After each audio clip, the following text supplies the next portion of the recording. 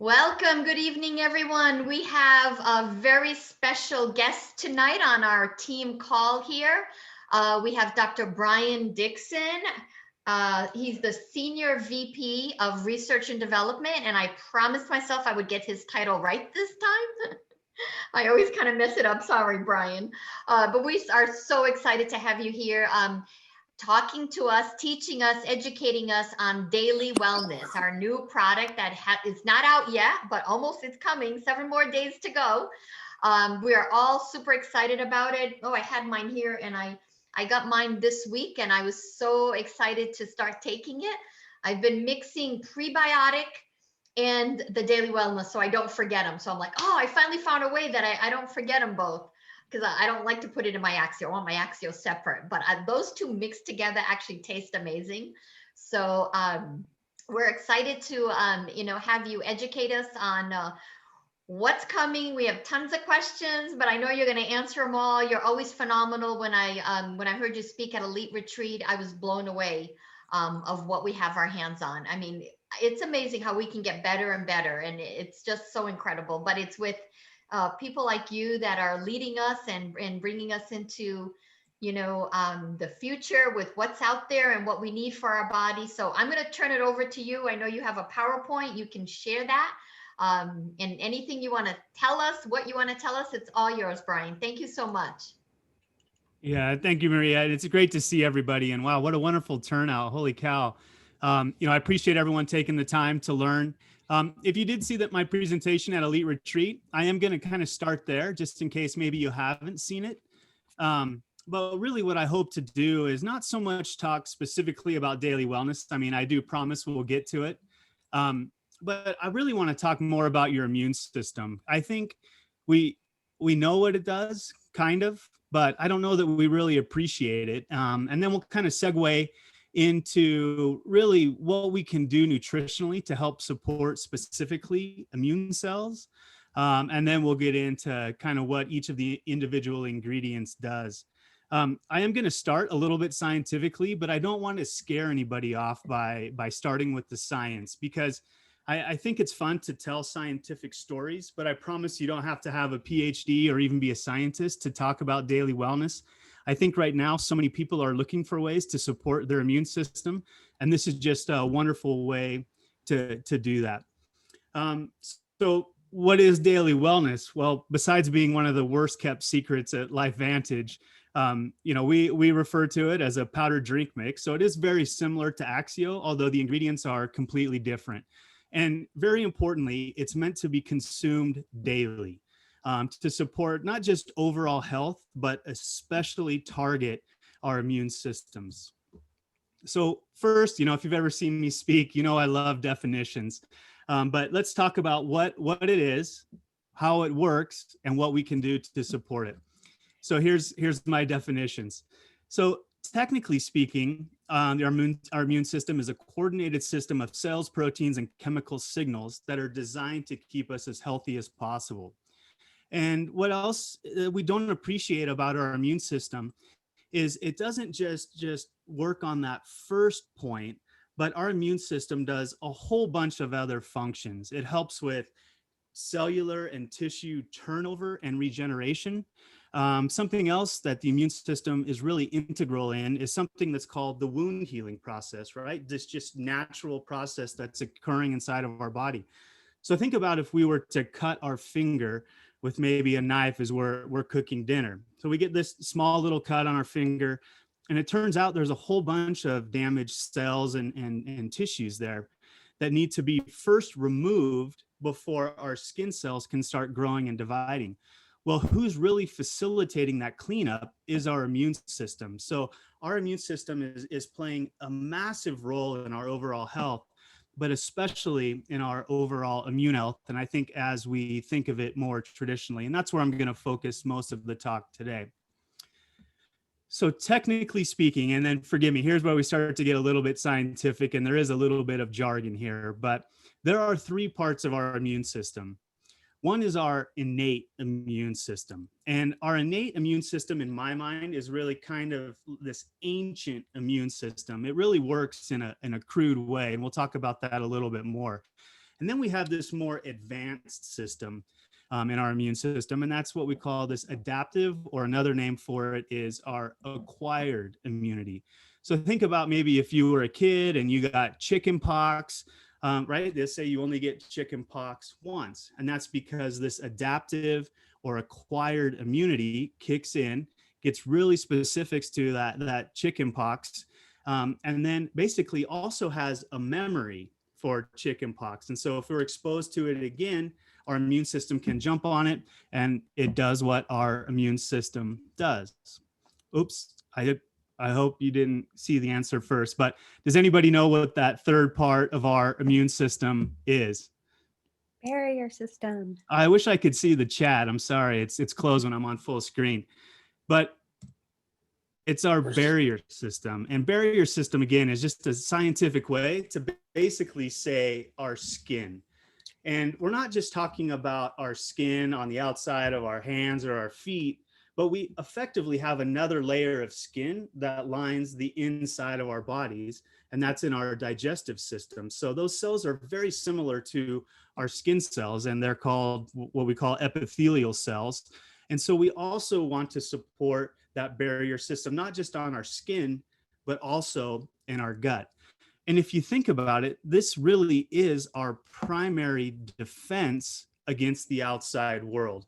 I mean, if you think about it, we live in a really, really dirty place. And the more stuff we can keep outside, no matter what it is, the easier our internal systems are going to have. So it can actually be argued that our our barrier function, or this external facing immune system, is more important than maybe even some of the actual cells that we're going to try to support. So let's first talk about this barrier system, or the skin cells that line our outside and the insides of our bodies. And like I mentioned, it really is our primary defense. And so I like to maybe think of this as like the castle. So the better defenses we can build, maybe we build these big stone walls, or we put a moat around the castle. The more we can keep the invaders at bay, the easier it's going to be for the rest of our immune system to work. But more than that, our immune system also strategically lines various immune cells right below that skin layer, that if that barrier is breached, that it can act very, very quickly. So here, like I said, it's very scientific, but I'm not going to get into all the details here. But the point I want to make with this slide is you can see there's a whole bunch of different cells that make up our immune system. What is so interesting about our immune system is they all start from one single stem cell, and most of those tend to be inside of our bone marrow. Okay, so the stem cell has to make some decisions pretty early in life. What type of immune cell do I want to divide into? And so scientifically, this is known as a process of differentiation. So at certain points, we will want different members of our immune system to be around. We want to keep that population in a nice, healthy balance. So keep that in the back of your mind in this process of differentiation, because the ingredients in daily wellness also help facilitate that process. Another important point I want to make, as we're talking about those two other components of our immune system, the innate and adaptive parts of our immune system, is we like to talk about them in very discrete ways, but in fact, there's really overlap. And this all comes back to cellular signaling. So you can see there's a population of cells that overlap in this kind of pseudo Venn diagram, where there's some crosstalk that's going on between the two different parts of our immune system. So each part of these immune systems are talking to each other and help coordinating the functions that each one of these different cells needs to do. Now, to put it in really kind of crude mechanisms, remember I referred to innate immunity as being this really archaic part of our immune system. And that's because it's working in a really, really crude manner, okay? It's working in a very non-discrete manner. And this might seem like a very grandiose analogy, but you'll see why this makes more sense in a minute. But just like a nuclear bomb might go off, it's going to affect anything that's within a certain radius of that bomb going off. and our innate immune system is working in a very similar fashion. But if you oppose that to the adaptive immune system, this really is a really precise part of our immune system. There's so much precision and recognition that goes on with our adaptive immune system. This is really what gives us our elegance in our immune responses. So coming back to that definition of a coordinated system of cells, proteins, and chemical signals, right, that designed to keep us as healthy as possible, let's talk about some of these chemical signaling or cellular signaling that's going on in our immune system. So we see this type of chemical signaling throughout nature. I think we've all seen ants kind of following their trail to a food source. I have a degree in entomology, a degree that almost nobody in the world has or would care to have. But it's very interesting on how, let's say, a female moth or butterfly actually finds her mate. So she will go high up in a tree branch, flutter her wings just a little bit, and start to secrete pheromones. The male moth or butterfly is very uniquely equipped to pick up or sense these pheromones, and he kind of follows this trail back to the female, and then nature happens and they make little baby butterflies. Well, a very similar thing happens with our immune system. And something I always try to do when we're talking about science, and as best as I can, I like to make the invisible visible. So I doubt that any of us have ever seen what an actual immune response might look like. So here's kind of a simulated look at what an immune response might look like. So this is under a microscope. And what they've done is put a whole bunch of different immune cells on this microscope slide, and then they've dropped a little parasitic worm on there. Now, if you'll watch kind of in the middle and then at the bottom, you will see an immune cell that attaches, starts to emit signals, and it attracts the other immune cells to that first site. So here's what a little immune response looks like.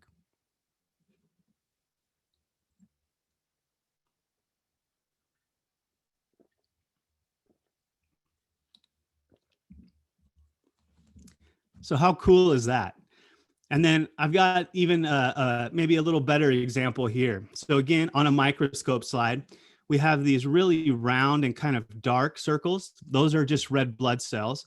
Here would be one of our white blood cells. And then they've dropped just a little clump of bacteria. I should point over here, but they've put a little bit of bacteria on this microscope slide, and they want to observe what this white blood cell does.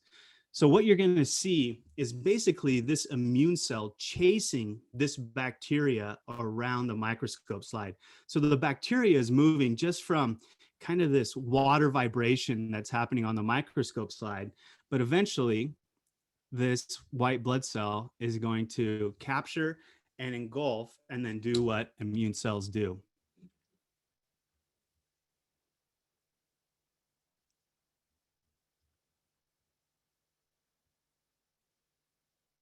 And then watch, it can even just completely change directions. And that's happening because that immune cell can literally smell these proteins and lipids that are on that bacteria. And then you'll see a whole bunch of fluttering over here. And then that's kind of what the immune cell does for that bacteria to ultimately meet its demise. So how cool is that? And like I said, this is simulated, but this is very analogous to what's actually happening inside of our bodies. So again, a bunch of complex chemistry. So I hope everyone paid attention in their high school chemistry classes. I'm kidding. I'm not going to actually go through this, but our immune cells have very unique biochemical pathways that create some very clever molecules that help immune cells do their job.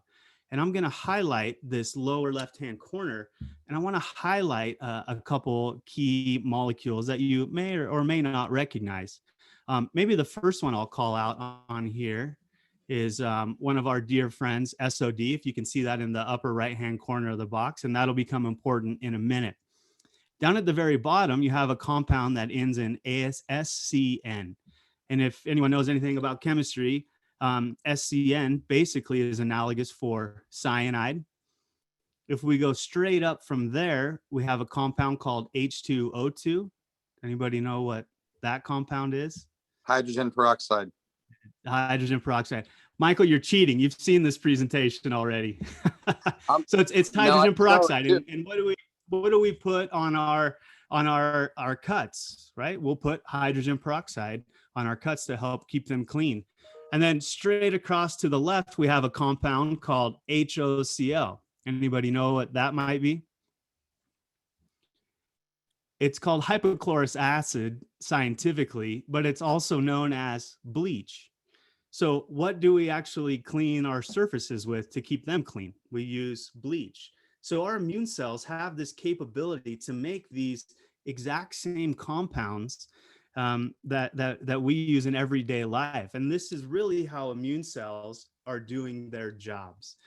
But remember how I talked about, especially our innate immune system, and I use that kind of nuclear explosion as an analogy. Well, a lot of these other compounds that are on here are very similar, if not the exact same compounds that are produced during a nuclear explosion. And the reason this all becomes important is because these molecules don't have specificity, okay?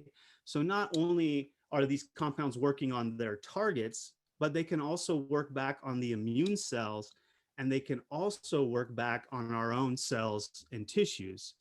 And maybe a good analogy of this that I can put out there is one that relates to exercise. There's this phenomenon that's called delayed onset muscle soreness, or DOMS. And so let me ask the question, are you more sore when you exercise the first day after you exercise or the second day? Second day. It's the second day. And the reason it's the second day is because of an immune response that occurs. So when we're exercising, we're making little microscopic tears in our muscle fibers. So really what we're doing is ripping open cells. And remember, our immune cells are literally equipped to smell different things. And so one thing they can smell is when our cells have been ruptured, because our immune system assumes the worst is happening. So as we're exercising and we're making these little microscopic tears in our muscle fibers, our immune system is mounting an attack, okay? Because it thinks there's a problem. So it sends the immune cells to that site, where whatever muscles we use to exercise, and they start secreting these compounds. These compounds go on to further damage our muscle, and that's why we're more sore the second day than the first day, and why some of the ingredients in daily wellness ultimately become important. But maybe just to expand on that just a little bit further. Remember, I talked about how the immune system is also really important in tissue cleanup and repair. So our immune system is also helping clean up that damaged muscle tissue and helping with that regeneration so that we can build ourselves back stronger than we were before we exercised. Now, I think most of us know that really our immune system is controlled by really a light switch. It can be turned on and it can be turned off. And that is just a little bit simplistic. But really what we're talking about is a healthy, balanced immune response, because our immune system is always a little bit on and always a little bit off. And then we can tip that balance just one way or another as we need. So what we want to be talking about is maintaining this healthy, balanced immune response. And so to do that, coming back to those three parts of our immune system, we want to talk about supporting all three aspects of our immune system: that barrier function, right? The skin and the gut, that innate immune system, and that adaptive immune system. And so to do that, we want to support a healthy gut and skin. Because of that indiscriminate nature of especially our innate immune system, we also want to talk about antioxidant protection. So both for the immune cell and for the host cell. And that goes for both our nutrigenomic approaches with our products, but also some of these direct antioxidants. And we'll talk just a little bit more about that in a minute. And then, of course, we want to support immune cell growth. So we want to make sure they're as healthy as possible. And if you remember that process of differentiation, when that immune stem cell has to decide which cell it wants to become, that's also really important. And there's nutritional ways we can support that. We want to make sure our immune cells are working as actively and efficiently as possible. So now let's get into the ingredients, the 5 ingredients of daily wellness. I like to break them down into 2 parts. I like to break the first part into essential vitamins and minerals. And so the first is going to be vitamin C, and you will find vitamin C in there at 150 milligrams.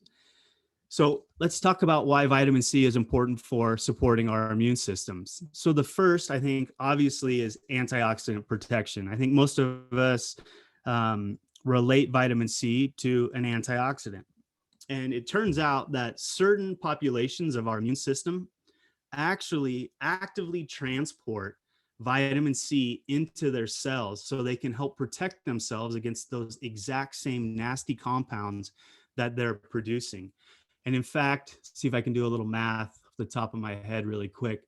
But the concentration of vitamin C inside of some of these immune cells will be somewhere between 100 to 1,000 times higher inside of these immune cells than we'll actually find circulating in our blood.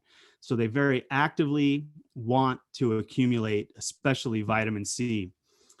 But while we tend to think of vitamin C as an antioxidant, it is also an essential nutrient, and it plays a number of roles, especially as it relates to our immune system.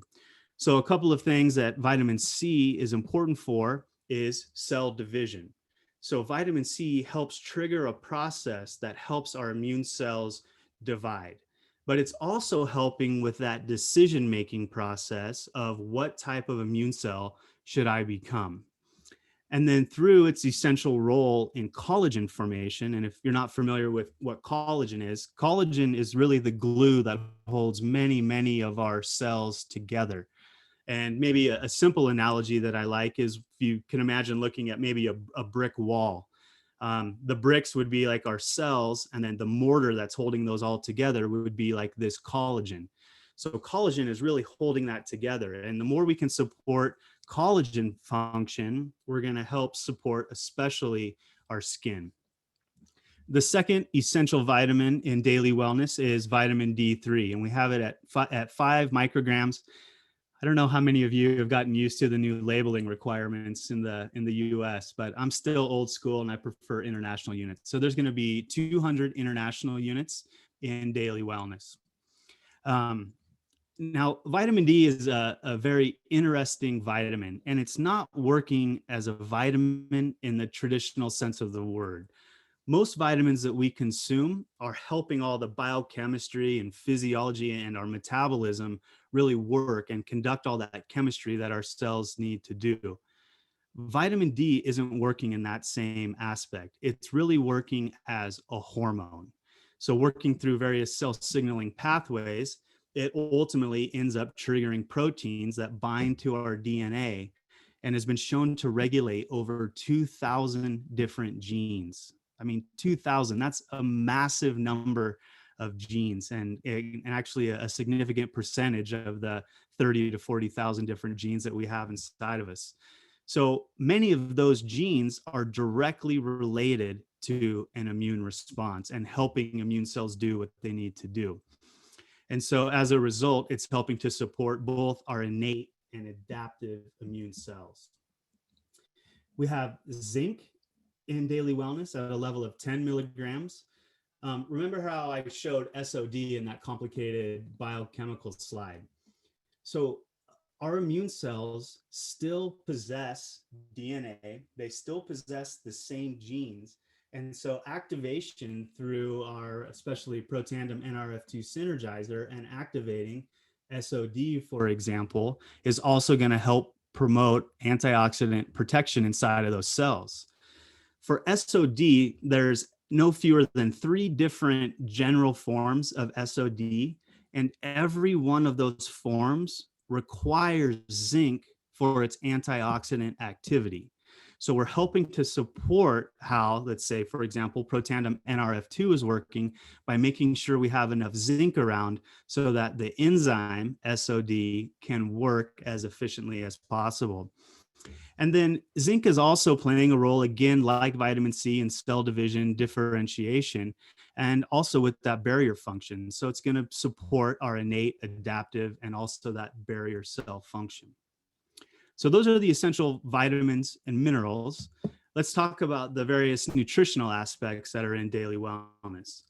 So we have elderberry at 200 milligrams. This has been used for centuries to literally work on everything under the sun. And just to put it into very general terms, it's just supporting overall health and wellness. But how is it specifically supporting our immune system? So it's going to provide vitamins and minerals, right? These essential nutrients that even our immune cells need to grow, live, survive, thrive every single day. It's also providing a number of antioxidants, both direct and indirect antioxidants, as phytonutrients, as other compounds.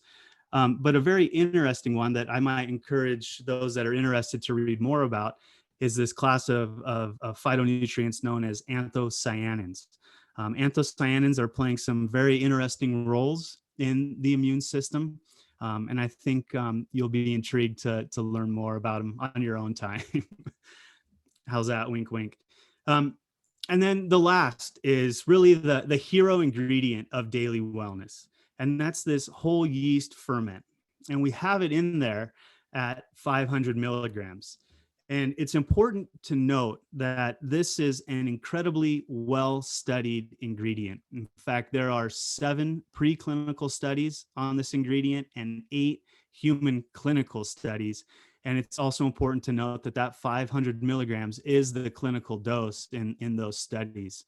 And this whole yeast ferment is a very, very interesting extract. And the more I read about it, the more I fall in love with it. And the components of this whole yeast ferment are working in a number of different ways. So one is it's working nutrigenomically, and I'd say very similar to how we talk about Wellmune working in our ProBio. So we talk about how we're providing with Wellmune beta glucans. These beta glucans make it into circulation. They ultimately get metabolized, right? Used for food by a certain population of our immune cells. And then those metabolites, again, get excreted back into circulation. And these little metabolites can bind receptors on the outside of certain populations of immune cells that trigger this immune cell to come to a heightened and ready state. So it's not going to force it to do any activity, but it's bringing it to this heightened state. And the simple analogy I like to talk about, it's almost like there's 2 locks on the outside of an immune cell. And this priming mechanism is like unlocking the first lock, because is it quicker to have to unlock 1 lock or 2 locks? Well, of course it's 1 lock, right? So this priming mechanism is just, it's really intriguing to read about and just plays an essential role in a nice, healthy, normal, balanced immune response. But what is more interesting than this whole yeast ferment just providing beta glucans, it's actually acting more as what we call a postbiotic. So if you've ever seen my talk on the microbiome, I make you learn 3 definitions: prebiotics, probiotics, and postbiotics. So prebiotics, just to refresh really quickly in case you haven't seen it, prebiotics are nothing more than the food that our probiotics, or these healthy bacteria that live inside and on us, need to eat. Probiotics are the actual living organism. But then there's this other notion that's known as postbiotics. So what we can do, and there's a number of reasons why we would want to do it, but we'd want to grow up these healthy compounds or these healthy organisms, let them feed on what their normal food would be. And well, let me take a step back. One reason probiotics are so healthy is because they're eating a lot of the food that our bodies can't digest. Okay, so these tend to be the fibers, right? Especially these insoluble fibers that we can't digest. So these probiotics are utilizing these as food. And it turns out it's the metabolites that these probiotics are excreting is just one reason why a healthy microbiome is so important for overall health. So what we can do is take these same healthy living organisms, let them feed on whatever their normal food source is, and then we can extract these metabolites back and give them back to people so that we're delivering these healthy compounds back to people. So when they go back in and they analyze these various metabolites from this yeast ferment, they see a whole breadth of different compounds there. They see different proteins, different polyphenols, right? Or phytonutrients, we can say. There's a number of vitamins and minerals that are there, amino acids, polysaccharides or complex carbohydrates. There is beta glucans, like I mentioned, and then also a number of fibers. And it turns out it's really this postbiotic ferment that is yielding the health benefits to our immune system. And so just a really simple way, and what you're going to see a lot of the marketing messaging coming out as is 5 to Thrive. So there's 5 ingredients in LifeVantage Daily Wellness. And so just the simple tagline we want everyone to remember is just 5 to Thrive. That vitamin C, that vitamin D, the zinc, the elderberry, and that fermented yeast extract. Now, I know I might have taken a few liberties in kind of the beginning part of my talk, but I would like to encourage everybody that it's really important, especially in today's regulatory environment, that we stay incredibly compliant when we're talking about LifeVantage Daily Wellness. We know that the regulators are watching companies with immune products very, very closely to see what types of immune claims they are making. So please, please, please stay away from anything COVID related. Please, please, please stay away from anything virus related. And I think we don't even need to go down that route because of the ingredients that are in LifeVantage Daily Wellness. We can make some amazing claims with this product. And so these are the things that you can talk about. So it improves immune response. What else do you need to say? It boosts our body's response to stresses, mostly coming from the elderberry and that fermented yeast extract. It's going to support everyday health and well-being, supports respiratory and sinus health. Again, what else do you need to say? And then again, especially because of that postbiotic that comes as a result of that fermented yeast extract, we can say that it supports both a balanced guy and girl microbiome. Apologies, that's a typo. It should say gut microbiome. So it supports a balanced gut microbiome as well. And again, most of us know that somewhere between 70 to 80% of all of our immune cells are living directly inside of our gut. So there's that direct interaction with those healthy organisms that are living inside of our gut and our immune system. So with that, I think, Maria, I'll turn it back over to you. And, I'd be happy to entertain any questions. I know I blew through that pretty quickly, but be happy to drill down on anything more we'd like to talk about. No, thank you so much. I love hearing it the second time over. It's sinking in all this information. So I just want to say to everyone, like this is a lot of science, a lot of detail, but this is for us to build our belief and learn, right? This is not what we want to go, telling to people, right? Getting into these details. This is so we can understand, get a key couple of buzzwords, right? A key couple of what makes us unique and different. Because once we stop, people don't hear us, right? So, I mean, if you're talking to someone in the medical field or more scientific and they ask those questions, then yes, we can definitely get them the information. This is a great recording that you can send to them. But for most normal people, they just want to know, okay, why is it different? Why is it going to work? Why is it, what's unique about it, right? Why should I, what's the benefits for me? So I'm going to turn it over to Laurie because I know she's been capturing questions. So go, Laurie. Maria, do you mind if I chime in on that just a little bit? And you're absolutely right. And I hope I kind of laid that premise out when I started. You're hearing about daily wellness from a scientist. So of course I have to put a little bit of a scientific spin, but Maria's right. I wanted to tell you all of that about your immune system, just to give you the confidence that, we just didn't mix a few ingredients together, shake the bottle, keep our fingers crossed and make it work. But, we do take a really diligent approach when we're formulating products. And that's just an example, and want to give you that confidence that that's what happened in this stage. And the marketing team and the brand team are going to be coming out with a number of resources, either on the 23rd of February or the 24th of February, that are going to break it down in much simpler terms than I have. And those would be your best shareables to go to for sure. Thank you. Laurie? That was so awesome. Again, thank you so much. Can you see the chat, Dr. Brian? Now that you've stopped your share and you're on mute.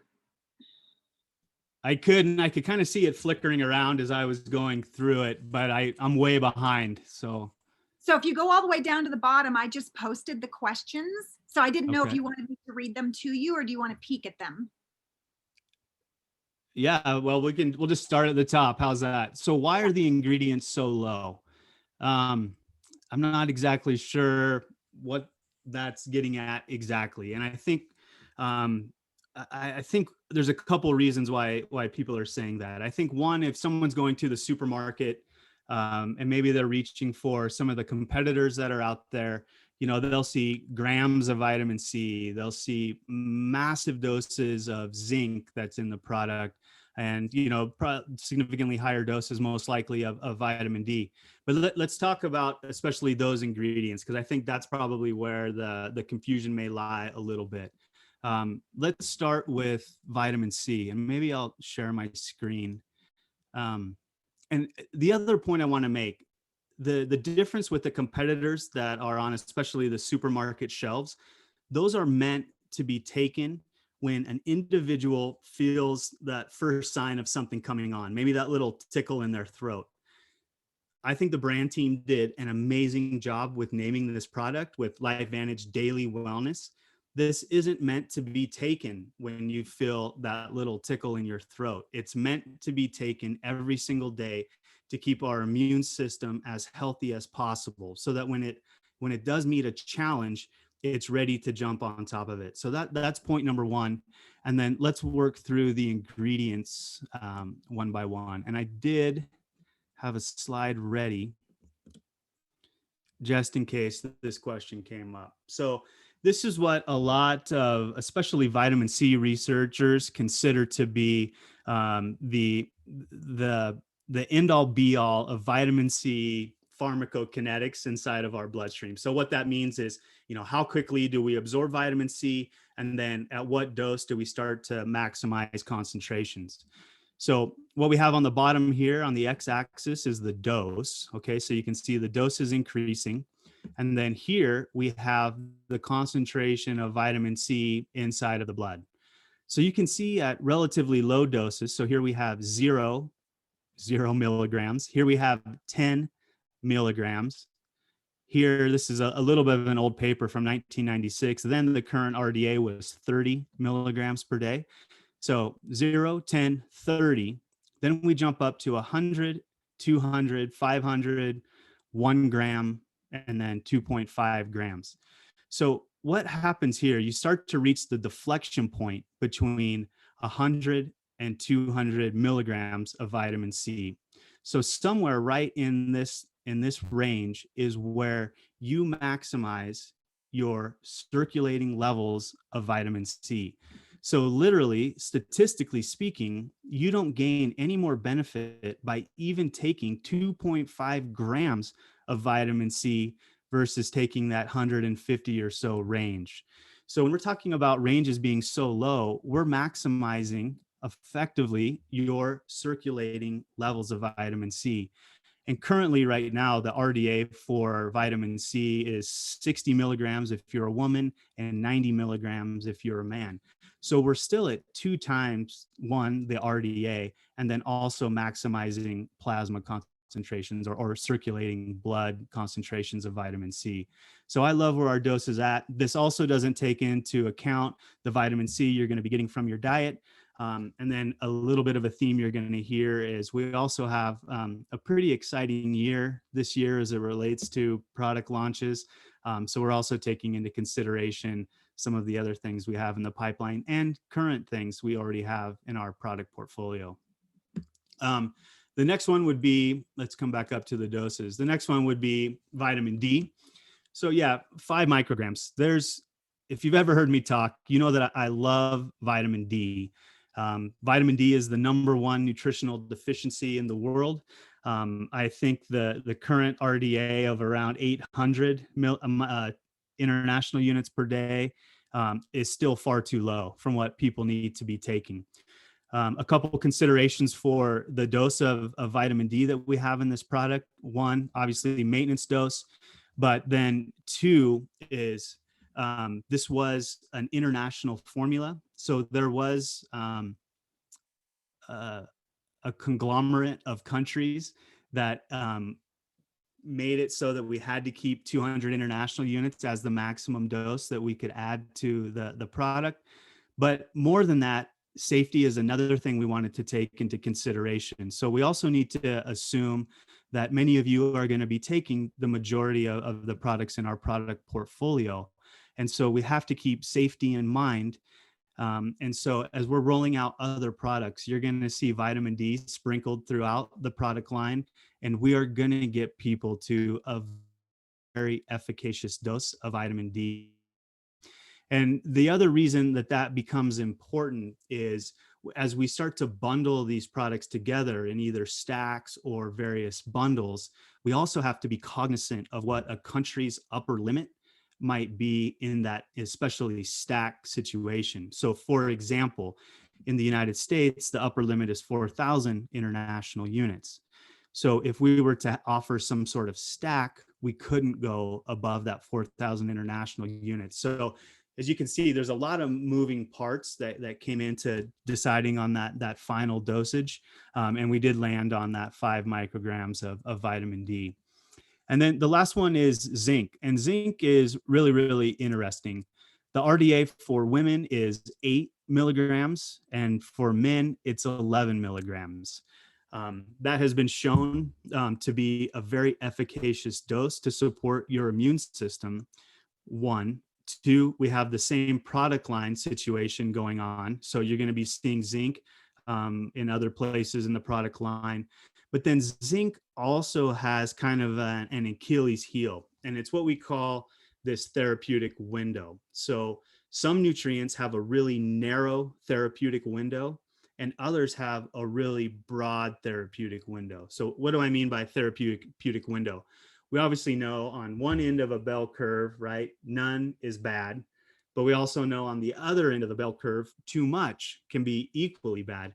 And you can literally throw everything in biology on these bell curves. I mean, you can put water on this bell curve. None is bad. You'll die from dehydration, but you can also die from drinking too much water. It throws your electrolyte balance out of whack, and you can die from a heart attack. So when it comes to zinc, we know that doses right around 10 milligrams is healthy. Again, this doesn't include what you're already getting from your diet. But if we go above 40 milligrams of zinc, it has the exact opposite effect on the immune system, 1, and 2, it can have a number of other negative consequences, especially as it comes to the transportation of other essential minerals inside of our body.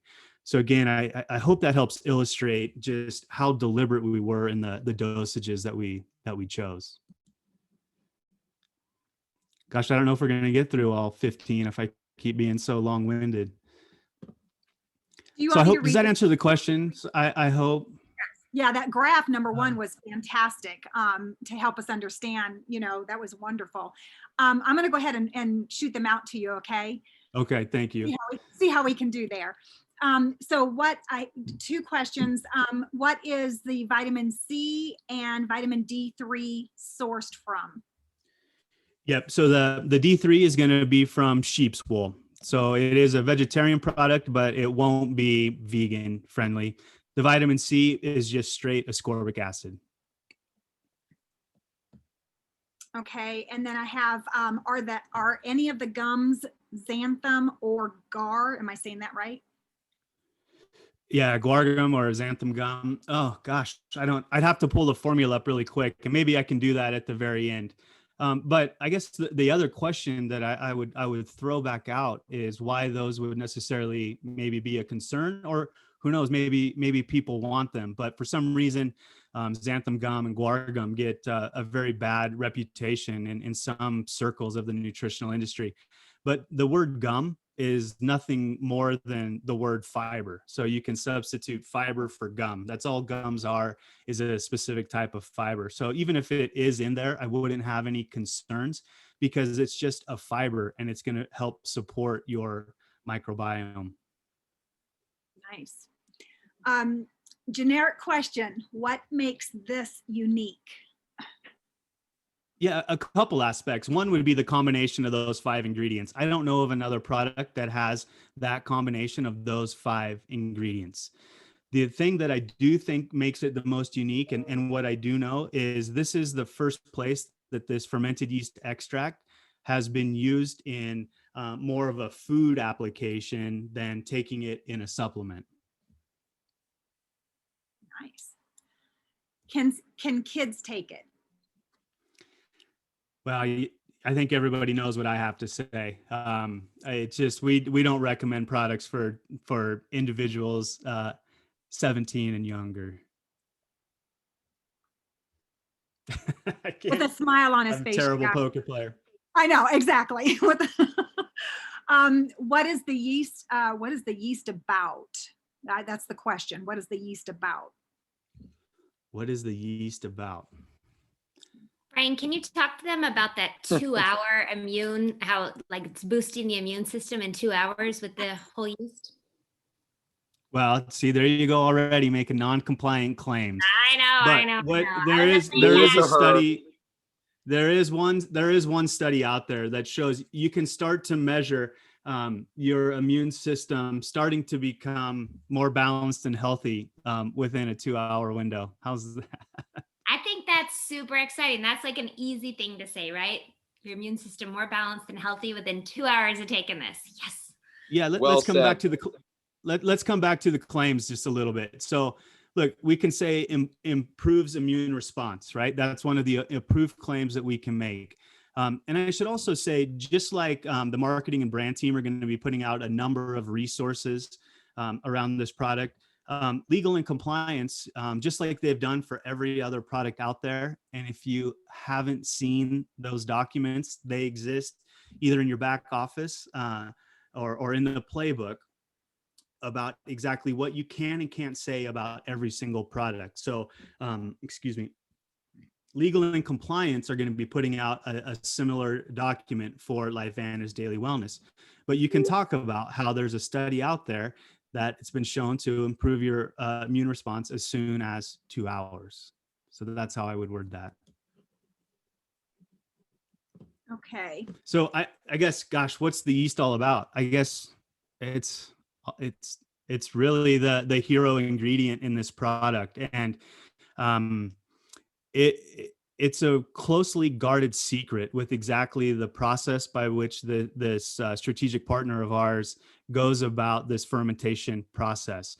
So yeah, we say fermented yeast extract, but really what we're trying to capitalize on are all those postbiotics that are coming from the yeast feeding on the food that they're given. And I don't know if this is a good analogy or a terrible analogy, but an analogy right where my head goes, for better or worse, is beer. So if you think about, we basically boil grain and all we're doing is extracting the sugar. We put yeast in there, and in that case, the metabolite is alcohol, right? So it's a similar process. It doesn't contain alcohol, but through that metabolic process of those yeast and the specific food that they're given, they are generating these various postbiotics. So I hope that helps say what the yeast are all about. I don't know if you kind of answered this question. I'm going to pose it out there really quick. It says, what are the best resources to show why this is unique? All right, I'll show everybody the best source of resources, especially for that fermented yeast extract. Um, it does have a branded name, but we do want to stay away from that branded name for a couple of different reasons. Okay, so I'll show you the main website because it does have just a tremendous amount of resources. So let me share my screen again. But that website, just so everybody knows, I wouldn't send people to that website because then you're gonna send them to go purchase it somewhere else, right? Or, Correct. Absolutely, So- Maria. Absolutely. Exactly. So the branded name for this ingredient is Epicor. Okay. So if you go to epicorimmune.com, there's a number of resources, but exactly like Michael and Maria said, let's not send people here. This is a good place for you to go do your homework. But yeah, stay away from sending people here. So here's a fun little video tutorial really about what postbiotics are. It's really simple. You can see it's cartoony, so you can learn a lot there. And then if you talk about what is Epicor, there's some great links under here. The actual story of how Epicor or this fermented yeast extract was discovered is it's quite fascinating. Again, you're going to hear a lot of non-compliant words in there. I don't know how they get away with it, but you're going to hear a lot of non-compliant things. But just familiarizing yourself with that story, I think is pretty interesting. So I'll encourage people to go there, learn more. It just talks, about a whole number of different things. So where I'd really like you to focus is on safety and research. And then this FAQs as well is just a tremendous breadth of information. But if we go click on safety and research, what you can see down here, right here are the 7 published preclinical studies I talked about, the 8 human clinical studies, and then it gives the actual references here. So this would be by far your best resource. And I'm sure we'll be making these available as well on our various documents as well. So I hope that helps answer the question. Excellent. Thank you. Let me get to the next one here. Will we have access to clinical and human studies? And if so, where would we find those? Yeah, and I think I just showed you the best place to find those. Perfect. Okay, what is the biggest difference in benefit with our immune support booster versus competitors? I think it comes back to that 5 to thrive. So those 5 ingredients, it's what I call really the immune greatest hits. It's interesting when you go and look at the marketing and sales data from 2020.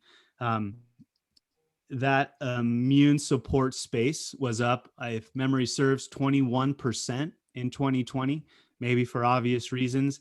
And in the US alone, I believe that equated to $22 billion. The number 1 seller in those categories, 1 was a multivitamin, multi-mineral product. Number 2 was vitamin C. It might be C or D, I forget, but C, D, zinc, and then it goes down from there. So we have all the greatest hits. Everybody knows that they're great nutrients to support your immune system, but then also being able to add the elderberry and that fermented yeast extract in there, it's an amazing combination for immune support. So would it be nice for us to be offering the information that we've got, the 5 ingredients, like you said, the 5 to thrive. So it's really letting them know it's instead of taking 5 different products, we're being able to harness that with 1. Exactly. And then just the daily aspect of this product as well, right? We know it's completely safe to take every day throughout the year. Because, we don't just need help in the wintertime, for example. We need help all year round. Maybe you're an air traveler. Air travel puts a tremendous amount of stress on your body. There's a lot of reasons. So this really proactive approach to immune health is also just a great way. And I don't know of a lot of companies that are taking a really proactive daily approach to immune health.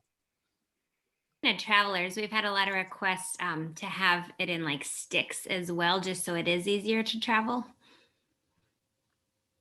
Well, that's something we can definitely look at in the future. I don't know that we're looking at it right now immediately, but if that demand is there, I think, of course, that's something we should look at. You know, we listen to you all loud and clear. You know, we heard the feedback from the Axio limited time offered flavors that we offered.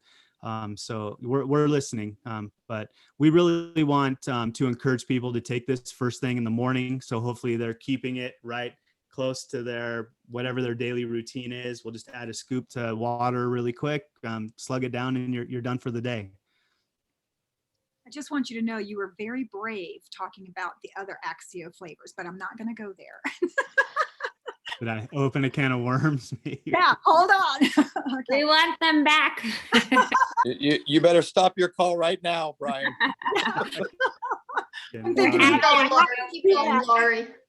Yes, Where are they? we got to keep going.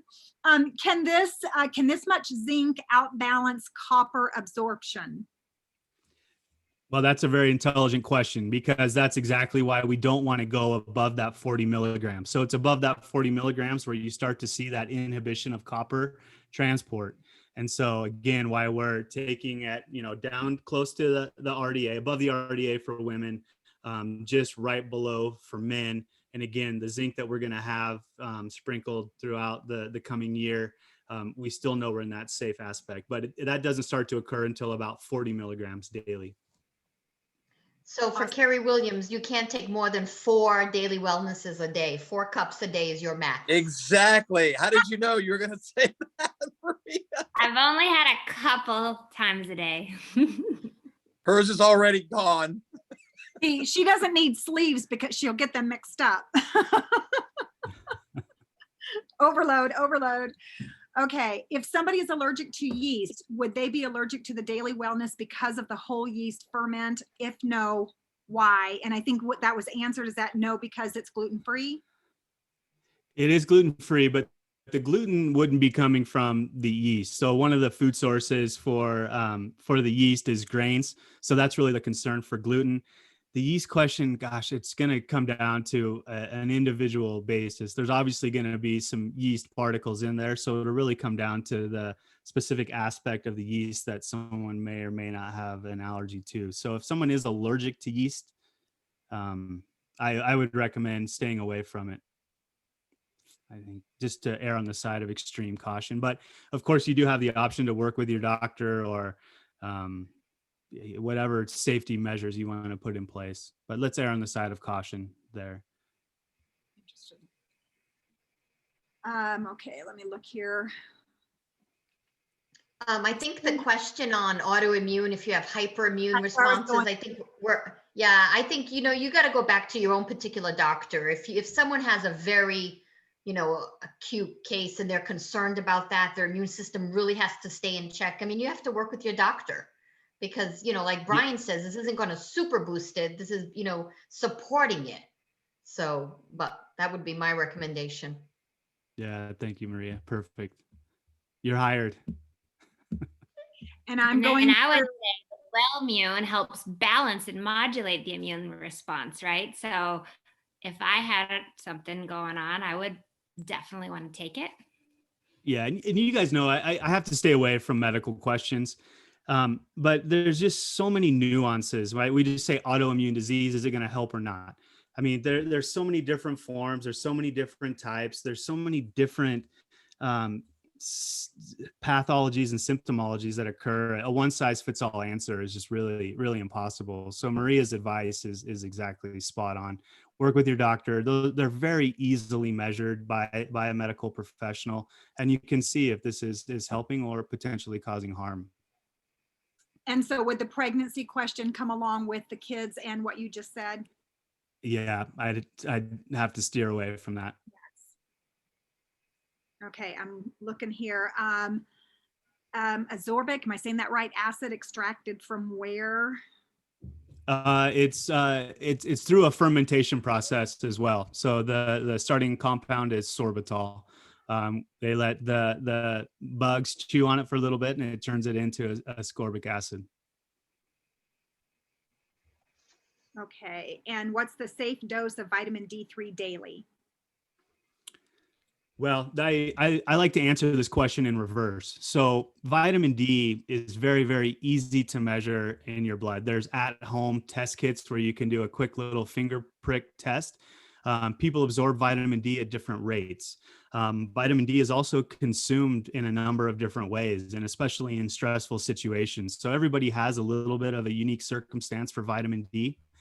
The recommendation by some of the leading professionals in the world is that your circulating levels, and I'm so glad I'm talking to mostly an American audience, is between 40 and 60. So if you remember that number, the units is nanograms per mil. But if you just remember between 40 and 60 is where I think the starting point where everyone should be. And then you definitely want to be below 100. So and some simple math to be able to get there for an average population is that for every 100 international units that you take, it will increase your circulating level by 1. So as we're talking about getting to that 40 to 60, we want to be somewhere between 4,000 to 6,000 international units per day, and then definitely below 10,000 in the average population. Okay, let's look down here. At the And bottom. I would encourage everyone to get your vitamin D levels tested. Again, #1 nutritional deficiency in the world. A lot of people think, oh, I live in Southern California or Florida. I'm out in the sun all the time. I think you might be shocked. I had a little stint for a little bit working directly with the Women's Tennis Association. I don't know if you could ever guess what their #1 injury would be, but for them, it turned out to be shin splints. Right? I mean, you would think ACLs or torn muscles, but shin splints were their #1 nutritional. Shin splints was their #1 injury. So I asked the question if they had measured their vitamin D levels, because vitamin D is essential for calcium absorption, among other things. But they thought that was a ridiculous ask on my part, because you have these young women that are out in tank tops and short skirts all day, out in the sun playing tennis. There's no way they would be deficient in vitamin D. They found that almost every single individual that they tested was deficient in vitamin D. So not a more model population that you would guess would have good vitamin D levels, and they were almost all to an individual deficient in vitamin D. So they immediately implemented vitamin D testing protocols, and once they got everyone's vitamin D levels right, their shin splint problem went away. And Brian, to confirm that, I'm here in Claremont where the U.S. track and field training facility is. And I know the guy that's the head of it, they just did a massive vitamin D checking on about 30 of the top 25 sprinters in the world that all live here and train. 92% of them were deficient in vitamin D. So to confirm what you're saying, it's crazy that many athletes and their injury levels have went down by about 75% from increasing it up. So yeah. Awesome. Yeah. That was amazing, because I would have said that too. Well, in Florida, I'm from Florida, I'm not there now, but I would think that you would be getting what you needed. That was huge for us to understand. So just about everybody needs to assume that they are deficient, not okay. Yeah, well, just get tested and know for sure. It's, like I said, very easily done. Or the next time you're in your doctor's office, just ask him or her to test your vitamin D levels. It's a simple And test. that test will give us a reading that will tell us if we're in that 40 to 60 range. Yeah. So you absolutely need to be above 20. Below 20 is considered deficient. I think that's too low. So I shoot to be at 50, and then that gives me a little bit of wiggle room in there, up or down. Okay, and we've got one more question for you. I saw that it regulates over 2,000 hormone genes. What products would you recommend for women in their 50s or above for hormone balance, please? Well, that's, I think, getting quite a bit off topic here, but that's an interesting area, and one that I'm very interested in. What we're really talking about is perimenopause, right? As women, 40s, 50s start to go through the change, and what's really happening is almost what's known as a rebound effect. So as you're in your childbearing years, you're producing fair amounts of estrogen. But then as that estrogen production starts to decline, your body just tries to figure out, oh my gosh, how am I going to find this new balance in all of my hormone levels? So there are some really interesting nutrigenomic approaches that we can take to address that issue. I don't know that daily wellness really feeds into that aspect, but something we're looking at. But I can't make any promises of when anything might be coming out. But it's an interesting component, again, just because of that nutrigenomic approach that we can take. And there is a question, what is the difference between D3 and D2 in regards to deficiency? Is that fair enough to ask? This is an interesting question, and it gets a little bit philosophical, and I'll try to tiptoe around it. Vitamin D3 is the natural form that's found in our bodies. Vitamin D2, for most intents and purposes, is a synthetic vitamin D. So if you go to the doctor and you get prescribed as severely vitamin D deficient, they will write you a prescription for probably somewhere around 50,000 international units. So just a massive dose, but that dose is going to be D2. D2 doesn't work as efficiently. They're not far off, but vitamin D2 doesn't work as well as the natural form, vitamin D3. So, without getting into too much of the politics, it's really hard to patent a natural ingredient. It was discovered that this compound that's related roughly to vitamin D3 has what they call vitamin D activity. So it can still bind to the things it needs to bind to, because it's, for all intents and purposes, not a natural compound. It can be patented. And so there are pharmaceutical companies that make it and make a lot of money off of it. I don't know if that was very subtle or not, but D2 is, like I said, considered synthetic. D3 is a natural form.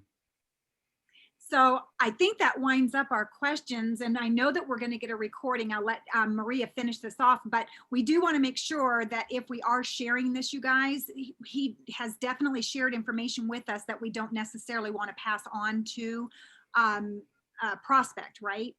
Like the pulling up that website for us to go search and things like that. So just keep that in mind when you get it. Don't just immediately go start shooting it off. You might want to just take information, go back and replay it, and then take information for yourself to utilize, right? So. Yeah. Yeah, and I would echo that. Sorry, Maria, I would echo that. I hope just take this information from tonight and just learn, maybe gain that confidence that, this is a science-based product and we did our due diligence. Give yourself the confidence. And then especially study the more consumer-facing materials that are going to be coming out from the marketing and the brand team. Yep. Sorry, Maria. Let's not be the scientists. Let's just be the excited, crazy network marketers, right? That's what people remember. It's your excitement, right? Do you want to support your immune system in 2 hours? That's what I'm saying to people. I'm like, you're going to see me saying 2 hours all the time. People they're already asking me, what do you mean about 2 hours? Tell me more, right? Keep the message simple, fun, and exciting. That's all you got to do. Dr. Brian Dixon, thank you so much. We've gone way over your time, but we appreciate you so much. Everyone was so excited for this to learn, and we can't wait 7 days so we can get on the product and all start feeling and experience it. But thank you so much for your wisdom, your knowledge, how you kind of wrap it all up so we totally understand it. So thank you and appreciate you. Thank you, everyone, for getting on tonight. Thank you, Maria. Thank you, Lori. Thank you. Thanks, you guys. Thanks, Brian. Woohoo! Everybody can unmute now. All right.